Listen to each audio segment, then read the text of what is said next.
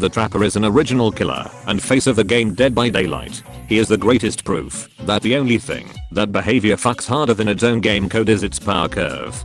People will tell you that the Trapper is bad and that high tier survivors will run rings around him. These people are 100% absolutely correct. However, if you decide you want to flex on the entire DBD community and have the patience to put in the practice, you can ride this privileged little shit all the way to red ranks. Here is how you torture yourself by not playing Spirit or Nurse. Start every game by searching for nearby safe loops to trap. Ignore unsafe loops. If you can't catch a survivor at an unsafe loop without traps, please go play an easier game like World of Tanks. One of the best places to trap is the window of the Killer Shack. Just make sure you do it correctly. Don't waste too much time collecting and placing your traps before finding the survivors, unless the sounds of gens popping is your kink. Nerd. Dumbass high rank streamers will tell you that you need to be creative in your trap placements. This is, as usual, complete bullshit. High rank survivors will find your traps, no matter how well you hide them. I'll end you! But for every red rank T800 with a rainbow map, there are 10 Mr. Margoose running around with zero situational awareness. Mr. Trapper, how many dumbass survivors can you catch with a single trap? A good question. Let's find out. 1, 2, 3. Despite the general stupidity of survivors, it is a rule that Trapper thrives on outdoor maps, where he can put his traps in hard to see locations. Indoor maps are suffering. Tits! Unless the enemy team is full of potatoes lol. When a survivor is being a cheeky shit around a loop, you can bait them to leave by pretending to trap it and then punishing them for their hubris. When you down survivors, they often love to cuddle up to pallets like their own personal Dakamakura. A pro gamer move to make sure that the Nancy rushing for the save can't fuck with you is to put a trap on one side of the pallet and pick the survivor up on the other side.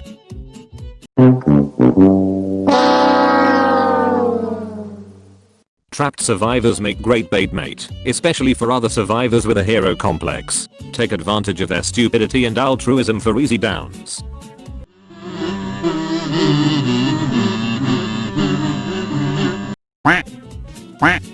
Before approaching a survivor, use your brain for a moment. Don't just run at them like some scrub. Circle around and go wide, so they have to run into an area you have already trapped. Do not be fooled by these clips. Trapper is still mediocre at best, and at high ranks you will often find yourself up against merciless swift bullies, where you can only eke out 1 or 2 sacrifices before standing in a corner setting and resetting your traps for more points.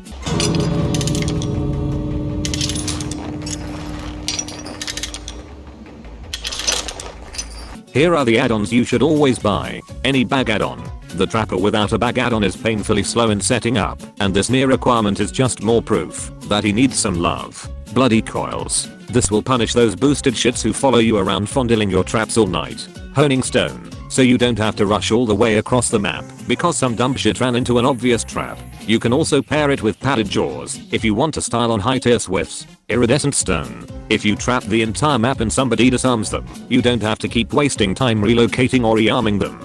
Tar bottle can be useful in outdoor maps and is no worse than usual in indoor maps. Setting/fastening tools for faster mind games at pallets. Perks are good. You should run some. Here are some that you should pick up if they are in the Shrine of Secrets, or you can buy the DLC like a dumb sweat lord. Corrupt Intervention. This perk is one of the strongest for Trapper, shrinking the map and forcing survivors to face you earlier and more often. Save the best for last. As an M1 killer, a faster attack is always great. Just don't hit the obsession like an idiot. Pop goes the Weasel/Hex Ruin. Either/both of these are great for gen defense. Barbecue and Chili. A great information perk as well as a boost to your blood points. A Nurse's Calling. A good location perk for finding survivors healing after they've been loved tenderly by your traps. Franklin's Demise. In case you see someone with a key in the lobby, show them what you think of their no skill instant win button. Hex Undying. While it is getting a rework soon, this is still a great Hex defense perk. Finally, here are some ready-made builds, so you don't have to waste calories thinking. This build is weak at high ranks, but if you haven't played any of the other free/DLC killers, this is as good as you can do. If you care about ranking up like some kind of nerd, this build is one of the most optimal. If you are an absolute beast and don't care about ranking up, fair gameplay, or having friends, then this build is for you. Down a survivor, take them to basement in the shack, then trap every entrance to the shack. Rinse and repeat until you get to collect heated gamer moments in the post-game chat.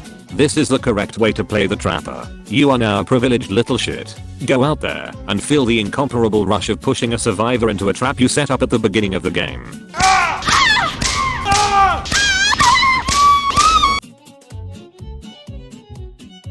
Thank you for watching, you boosted scrubs. If you enjoyed this video, please leave a like and a comment. If you want to see more, then hit subscribe and ring the bell. And if your behavior gets your thumb out of your ass and actually buff the trapper already, Jesus fucking Christ.